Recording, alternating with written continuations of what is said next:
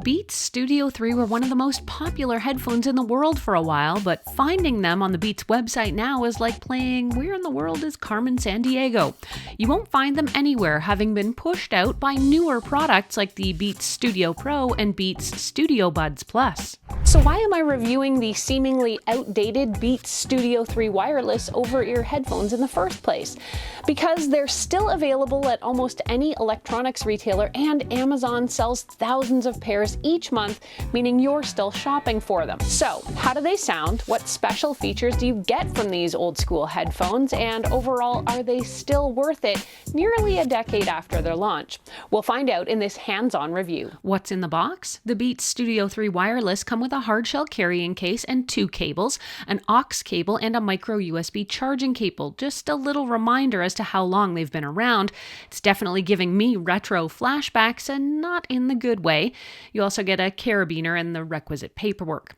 Let's get eyes on the prize. The power button on the headphones is small and incredibly hard to find with your fingers, which wouldn't be a problem except it's also used for engaging the noise cancellation. On the left ear cup, you get a mercifully larger multifunction button which will answer calls, play pause, and adjust volume. The top headband has minimal padding while the ear cups seem plumper. The headphones feel fairly sturdy and fold down to a smaller profile for travel. The hinges seem crisp but easy to maneuver and not like they're going to snap a day or two after the warranty expires. When they're being worn, the ear cups feel a little on the small side, and though I think my ears are normally sized, the cups actually encircle them right to the edges, which for me became a bit constricting and kind of uncomfortable. Ditto the tightness of the headband. Beats do have a strong ability to clamp around your head, and while it makes them more secure, I felt the pressure here in my jaw, and I found I was often nudging the Beats Studio 3 around my head for relief and a less constricting fit. The ear cups do have a visible seam on them, and the faux leather wrap does feel kind of dated, especially when compared to newer over-ears that I've worn. In short, I am personally not a huge fan of the fit of these, and I can't say I found them to be comfortable to wear. Active noise cancelling, or ANC, is the key reason why this pair of headphones is priced the way it is, so make sure you really need and want this feature. ANC uses digital signals to detect and cancel out ambient noise, while you also do get what's called passive noise isolation from the padded over-ear cups.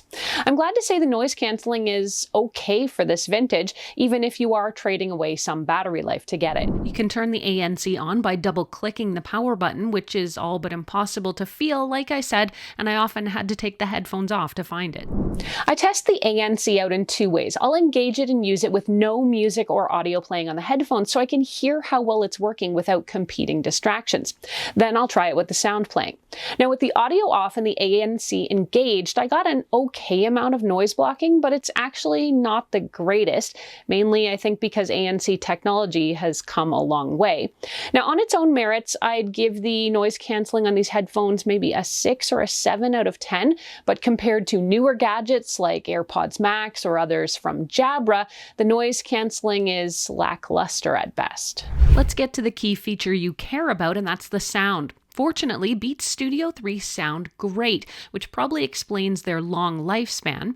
The musical minds behind Beats created them to match tech used in the recording industry, and you can really tell.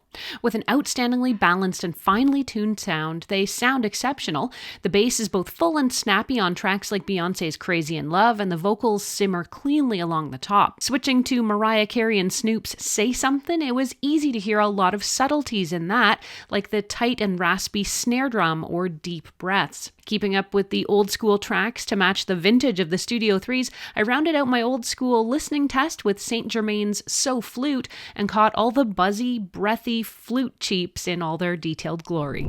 So the Coles notes, Beats Studio 3 has aged like a fine wine in the sound quality department. But the old school throwbacks continue. Beats Studio 3 comes with a 3.5mm or aux cable, which might seem a little useless today, considering most modern devices don't even have a headphone jack.